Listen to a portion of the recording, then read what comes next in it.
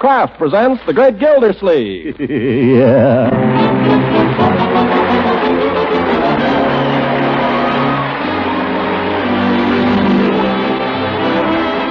Cheese Company, makers of Parquet margarine and a complete line of famous quality food products, presents Harold Perry as the Great Gildersleeve. Kraft brings you the Great Gildersleeve every week at this time, written by John Whedon and Sam Moore, music by Claude Swaiten.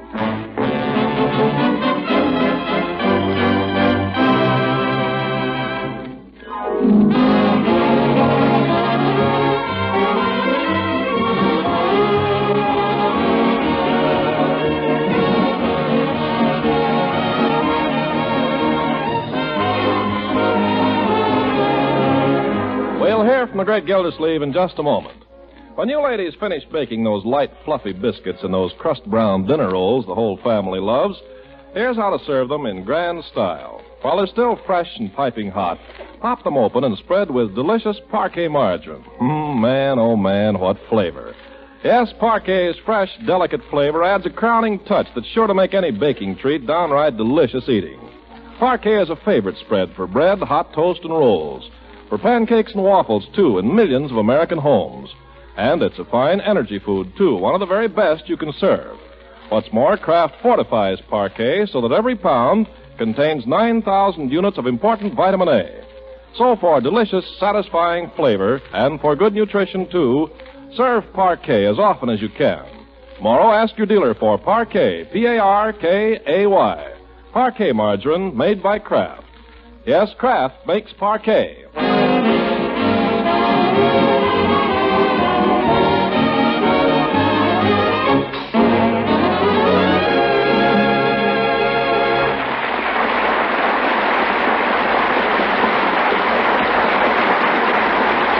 Now let's join our friend the Great Gildersleeve. It's 3 weeks since his dismissal as Summerfield's water commissioner. The development of his friend Fibber McGee's plastic mousetrap has been stymied temporarily for lack of capital, and Gildersleeve's affairs appear to be at a standstill. However, he still likes to eat, as we see now, joining him at breakfast with his family. Pass the syrup, will you please, my boy? Here. More hotcakes, Mr. Gildersleeve? Yeah, but not too many, Bertie. Say 3 or 4, huh? How about you, Marjorie? No, thanks. I think you and Leroy are disgusting. Disgusting? Why, we're just healthy, my dear. Well, I'll fix one more batch, and that'll have to hold you. All right, Bertie. Oh, Mr. Gildersleeve, I wonder could you give me some money for the grocery bill? The man asked for it yesterday, but you was out. What does he want money now for? Tell him I'll pay him the bill in the usual way. I told him that, but he wants it now. Why? Why in the name of why? Well, I'll tell you how it was, Mr. Gildersleeve. Man came in yesterday afternoon, and he says to me, "Hi," he says, "is the boss home?" "No, he ain't," I says. And he says, "Well, when he gets home, you ask him for this 1843 that's due on the groceries," he says. Yes, Bertie. So I says to him, "How come?" I says. And he says, "Mr. Gildersleeve ain't working now," he says, "and I can't afford to take no chances," he says. "Chances?" I said. "Look here, man. You ain't take no chances on Mr. Gildersleeve," I said. "Why, he ain't paid me my salary for 2 weeks," I says. And I ain't one bit worried. Oh, my goodness. I sure told him, didn't I, Mr. Gildersleeve? You sure told him, Bertie. But he still wants his money. Well, I'm sorry about your salary, Bertie. It's strictly an oversight. Here. Oh. Little short. Well, here's 1 week anyway, Bertie. Oh, thank you, sir. If that's one of your friends, Leroy, have him wait outside till we finish breakfast.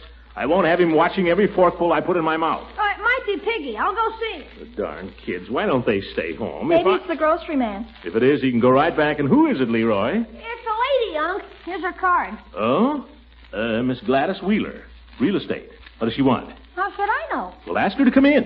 Okay. She ain't bad looking. Isn't Leroy horrible? No, he's not. He's growing up anyway. Come in, Miss Wheeler. Come in. Sit down. Have some hotcakes. Have some coffee. Oh, no, thank you, Mr. Gildersleeve. I'm an awful pest interrupting your breakfast. I'd be glad to wait outside until you're through. No, I finished, as a matter of fact. Sit down. This is my niece, Marjorie. How do you do? How do you do? And my nephew, Leroy. How do you do, Leroy? Say, how do you do, Leroy? Okay, how do you do? Gosh, I let her in.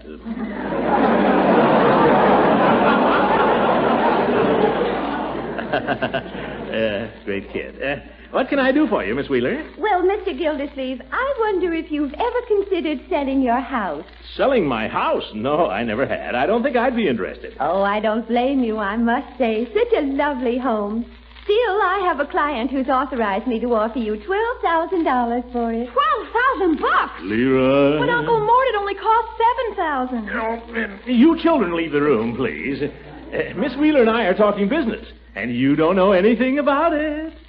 I know the house cost $7,000 originally, Mr. Gildersleeves. Still, my client is willing to pay $12,000. Cash? Cash. Grab it, Unc. Leroy. Miss Wheeler, I wonder if you'd like to see the rest of our house. The dining room is no place to discuss business.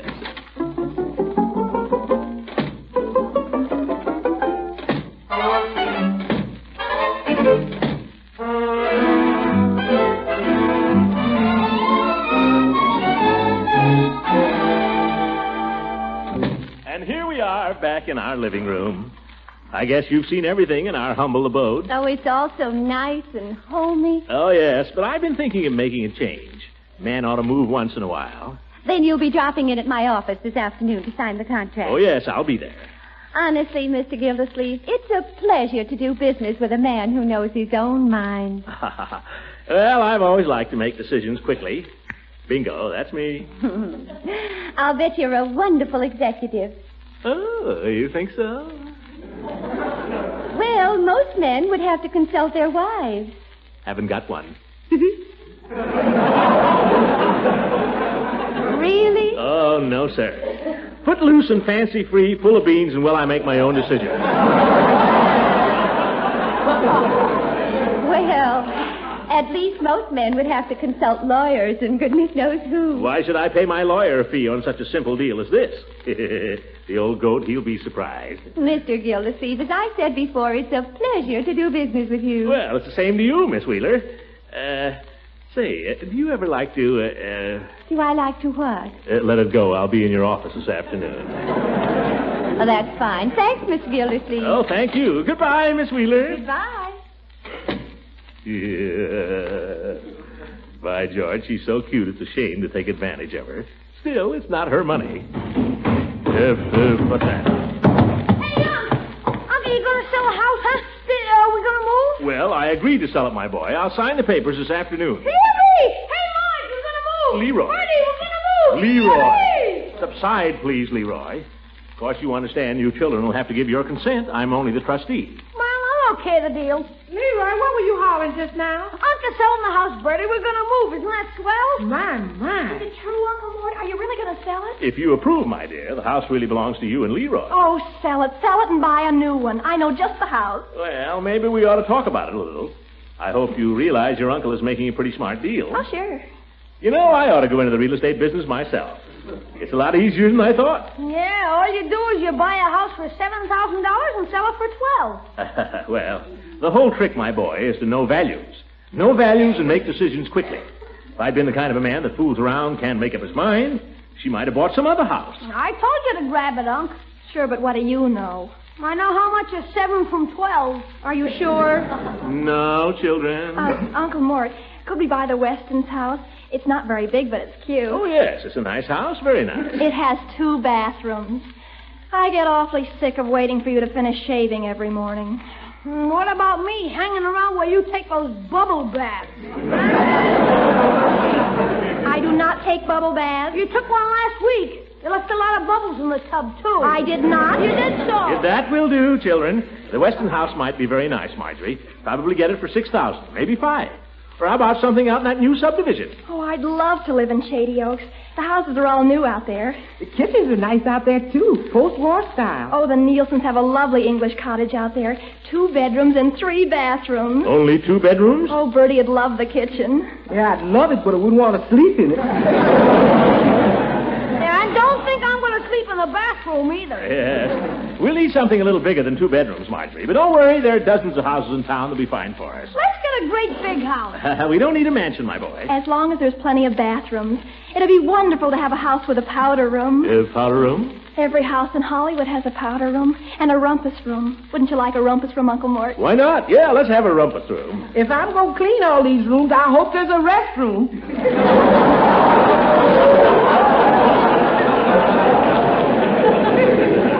Don't worry, Bertie. Good times are coming.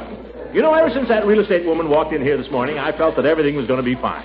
I'll take this money, we'll buy a new house, then I'll put the rest of it in mousetraps, and pretty soon I'll be a millionaire. And when I'm a millionaire, Margie will have 2 bathrooms all to herself, Leroy will have a baseball diamond and a running track, and I'll have a rumpus room with a snack bar. And Bertie, you'll have an assistant. Mr. Gildersleeves. Yeah. Don't laugh, Bertie. It could happen.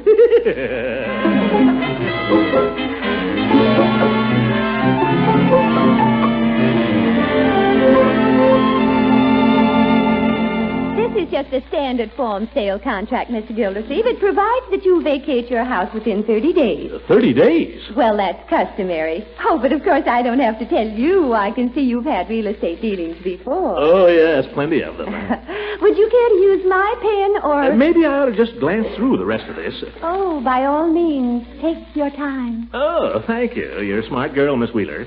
Not like an ordinary agent rushing a fellow into something. Where do I sign?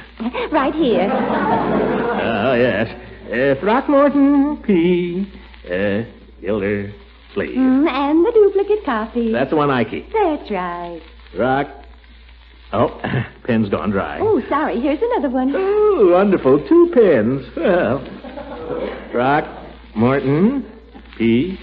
Gildersleeves. Thank you. That does it. Yes, sir. Well, I have a feeling we ought to celebrate a little. Come on out and I'll buy you a soda. Oh, I'd love to, Mr. Gildersleeve, but I've got a customer waiting over on the other side of town. Some other time. All right, some other time. Before you go, Miss Wheeler, it's been such a pleasure doing business with you. Yes? I'd like to throw a little business your way. Oh, really? Well, you call me. Oh, I don't have to call you. I just want you to find me a house. Something around $5,000 or $6,000. Oh, well, I'm sorry, Mr. Gildersleeve. What do you mean? Don't you want my business? Well, yes, but... Well, the fact is there isn't a single house available in Summerfield. What? Unless you'd be interested in something around $20,000 or $25,000. Give me back that contract. Now, Mr. Gildersleeve, that would hardly be fair to my client, would it? Fair? What's being fair about it to me? You swindle me out of my house for half what it's worth, and all the time you know I won't have anywhere to go. You know where you can go, Mr. Gildersleeve. Oh, by George, if you...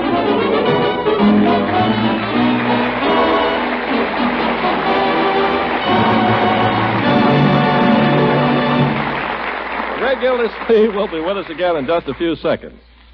If you like piping hot toast, pancakes, or waffles, try spreading them with delicious Parquet margarine. And see what appetizing goodness the delicate, satisfying flavor of Parquet adds to these tempting breakfast treats. If you carry a lunch to work or to school, you'll be glad to know that Parquet margarine is one of the finest energy foods you can spread on bread or in sandwiches. And if you, Mrs. Homemaker, are concerned about good family nutrition, as we know you are, you especially will want to know this important fact. Kraft fortifies Parquet margarine so that every pound contains 9,000 units of vitamin A. Yes, it's good to know that there's such an economical, nourishing spread for bread with such delicious flavor and such dependable Kraft quality. So be sure to ask for Parquet, P-A-R-K-A-Y, Parquet margarine, made by Kraft. Only 2 ration points a pound. And remember, Kraft makes Parquet.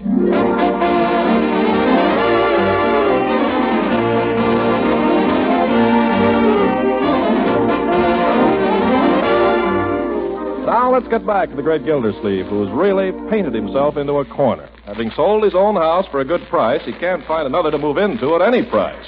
He's tried every real estate agent in town, examined the classified ads, and now at his wit's end, he's taken time out to get a haircut and think it over. So we find him in the hands of Floyd Munson, wedged into a barber chair, strangled by a mussy sheet, smelling like a lily as Floyd gives him the finishing touches. Well, Mr. Gildersleeve, who's going to win the election? Hard to say, Floyd, hard to say. You don't know anybody who has a house he wants to sell, do you? Why, you in the market, Commissioner? I may be, shortly. Well, there was a fellow in here the other day said he might want to get rid of an Oldsmobile. I can't ask my family to live in an Oldsmobile, Floyd. What I need is a house. Why, you getting thrown out of yours? I'm not getting thrown out. I've sold it. Is that a fact? Funny I didn't hear about it. I just told you. Bet you got a pretty good price for it, huh? A fair price. Yeah, it's a good solid house you got there, well built. Bet you got easy $8,000 for it. $9,000 maybe. With the garage and all, maybe $10,000. I got a fair price. My problem now is to find a place to live. Yeah. Well, I got a nice little place there. Nothing fancy, you know what I mean? We could do with another bathroom. Wife's always hollering at me. But it's a roof over our heads. I'm not worrying about you, Floyd. It's me. Say, now you mention it, I hear where Otto Slesnik and his wife ain't getting along so good again. What's that to me? Well, I was passing that place the other night, and they were carrying on something fierce. I heard her call him a bum mechanic. That ain't good. Well, if you don't mind, Floyd, I'm not interested in any local gossip at the moment. Now, wait. Supposing it was to go from bad to worse. Supposing they would have bust up. Why, there'd be a house. Huh? Sure, you got to think of those things. Wife happens to pass a remark. Man reaches for a piece of crockery. First thing you know, there's a house on the market. Floyd, you've given me an idea. Yeah, finish me up, will you?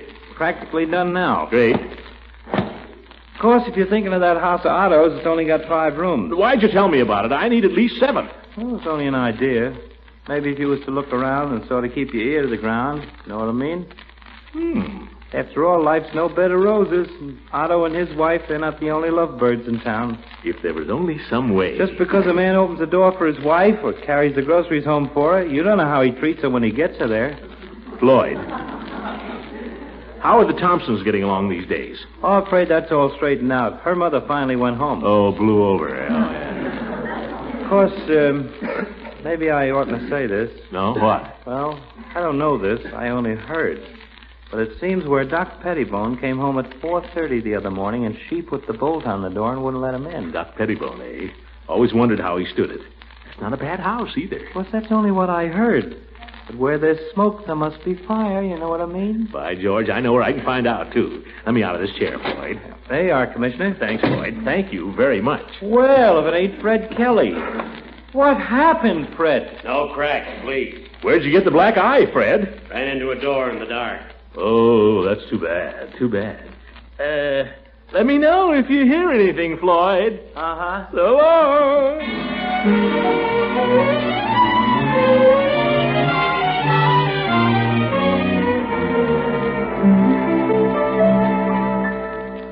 Dr. Pettibone?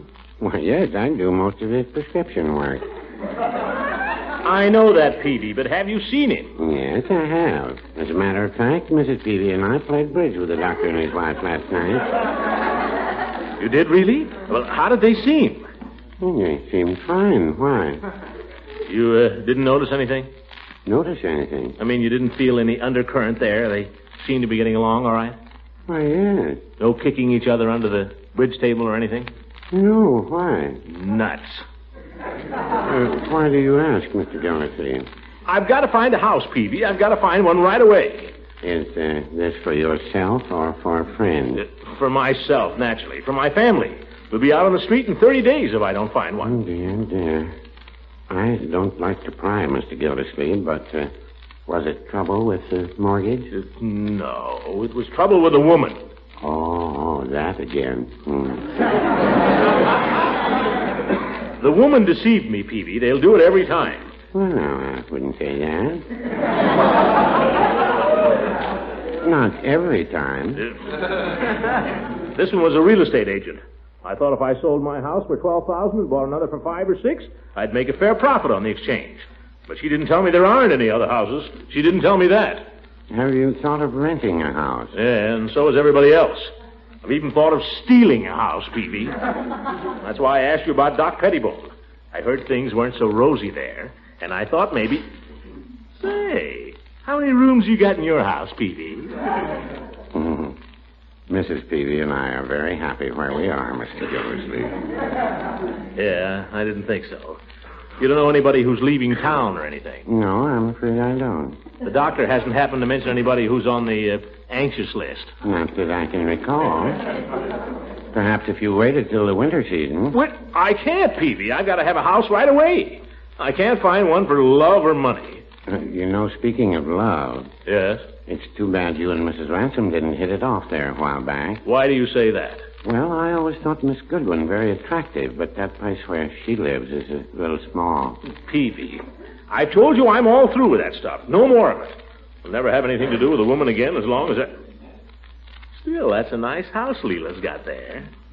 Copper plumbing throughout. Nice shade trees, too. Yeah.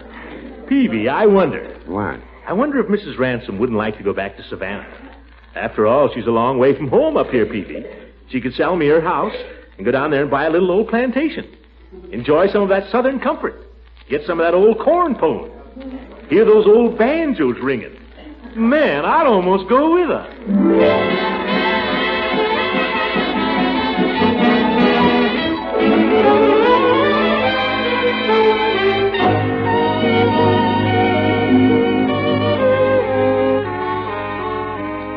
I'm so glad you dropped in, Throckmorton. Well, I'll tell you, Leela, I've been a little worried about you lately. Oh, have you really? How nice. Yeah. When I think of you all alone in this great big house here, day after day. Well, I'm not completely alone. I have friends, you know. Oh, yes, of course you have. But I sometimes ask myself, Leela, if we really know who our truest friends are. Well, I always think of you as my friend, Throckmorton. I hope you don't mind. Oh, I am, very much so. Yes, indeed. You must always think of me that way, Leela. Yes. But what I mean is, well, everybody knows that a boy's best friend is his mother. A girl's, too. I suppose. Yes. People should stick to their mother and their family, Leela. We mustn't forget the old folks at home. Don't you ever miss them? Well, I think about them. I think about them a lot. But sometimes I feel I'd rather think about them than be with them. Oh, that's the wrong attitude, Leela. Throckmorton, why are you suddenly so interested in my folks? You never showed any interest in them when we were engaged. Well, it's not your folks so much, Leela. It's not that. I'm thinking of you. Ah, yeah. Certainly.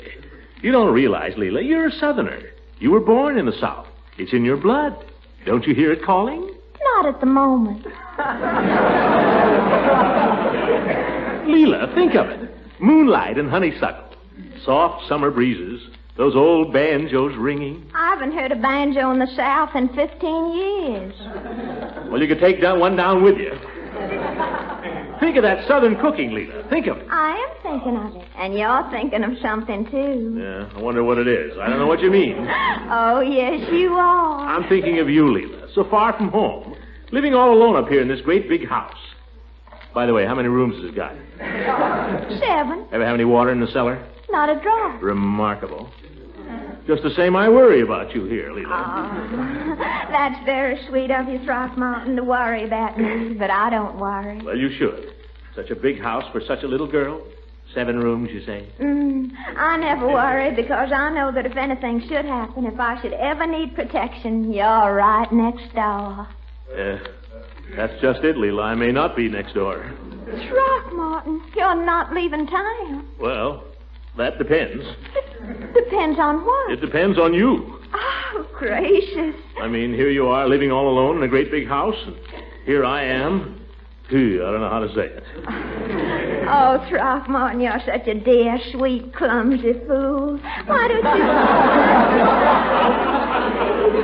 don't you just come right out and say it? Well... sit down beside me first. There. You got me all wrong, Leela.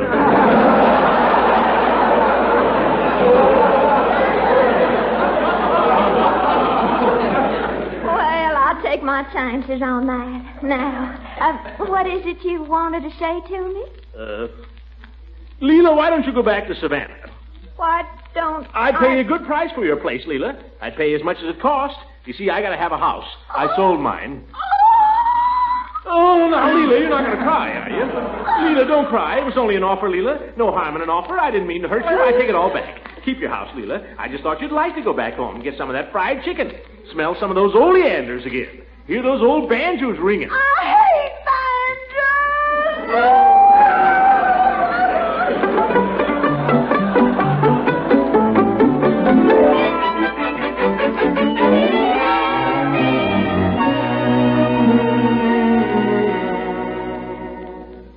Make yourself at home, Gildy. You always do. There's an ashtray beside you. I was just enjoying my usual after-dinner Kalak water. Care for a glass? No, thank you. Judge? Yes, Gildy. I dropped over here tonight to let you in on a good thing. If it has anything to do with mousetraps, let me out. No. As a matter of fact, it has to do with this rat trap you're living in here. This what? Your house. I think I may have a prospective purchaser for it. That is, if the price is right. Sorry, I wouldn't be interested. Oh, Judge, don't be ridiculous. This is the bona fide offer. No, not interested. Don't be a dog in the manger, Judge. What do you want to wallow around in a 9-room house for? I like it here. May not be beautiful, but it's comfortable and I like it. I hope and expect to remain here till the day I die. But that may be years. Look, Judge, this man is no piker. He's prepared to offer $5,000 spot cash for the whole shebang, just as she stands. I might possibly consider 14. 14? That's $2,000 more than I got. If you think your house is worth more than mine... Wait Judge... a minute, Gildy. You mean to tell me you've sold your house? Well, I didn't mean to tell you, Judge, but that's about the size of it. But, Gildy, that house isn't yours to sell. You're only the executor.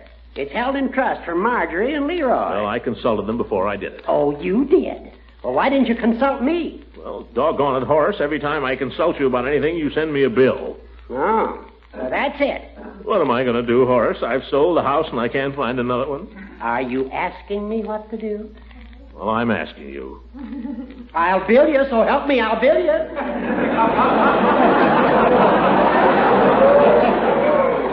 Well, go ahead and bill me. All right. As your lawyer, I advise you to get that contract canceled. But how, Judge? How can I do it? Well, it'll take a good lawyer. Fortunately, you've got one. Yes. As your lawyer, I shall refer the contract to the probate judge in charge of the estate, to whom it should have been referred for approval in the first place. Good. Do that. And as the probate judge in charge of the estate, I shall declare the contract null and void. Yeah. Horace, can you do that? Watch me. By George, the law is a wonderful thing. Just a minute, please. Speaking again as your attorney, the fee for that will be $100. Marked up from 50. 100. Well, I guess it's cheap at that. $100 or a chicken fricassee dinner cooked by the inimitable Bertie. Yeah. Said fricassee to include dumplings. By George, Horace. By golly, Gildy. You old son of a gun. You old horse thief. You old puddinhead. You old stick in the mud. Be it ever so humble, There's no place like home. Be it ever so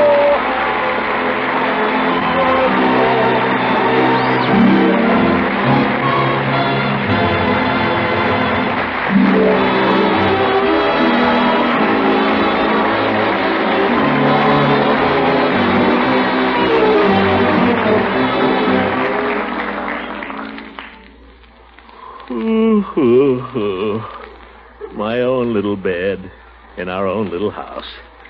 By George, I'm glad we didn't sell it. Listen to that. Rain on the roof. And here I am, snug as a bug in the rug. Hey, Unc, the water's coming through the ceiling of my room. It is? Yeah, it's dripping right in my face. Never mind, Leroy. These days a man is lucky to have a leak over his head. You go to bed. Good night, everybody.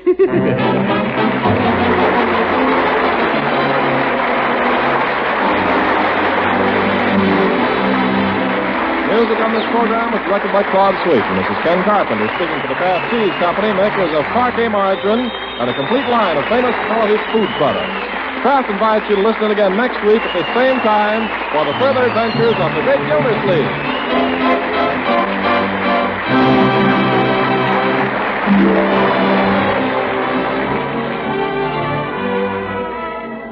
It may even surprise some of you good cooks, and it's sure to surprise your family and guests to discover what marvelous new flavor interest you can add to foods with delicious Kraft prepared mustards. First, get hep to tangy golden Kraft salad mustard.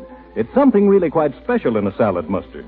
Creamy smooth, mild, yet so zestfully spiced, Kraft salad mustard has just what it takes to pep up a golden sauce for hot-cooked vegetables, and it adds a delightful flavor tang to egg and cheese dishes. Puts new sparkle into relishes, appetizers, and sandwich spreads. And here's another great favorite, Kraft mustard with nippy horseradish added, to sharpen your appetite for frankfurters and cold meat cuts, and to zip up the flavor of sauces for fish. Buy both kinds for lively flavor variety. Tomorrow, ask your dealer for Kraft mustard, the nippy horseradish variety, and the tangy golden Kraft salad mustard.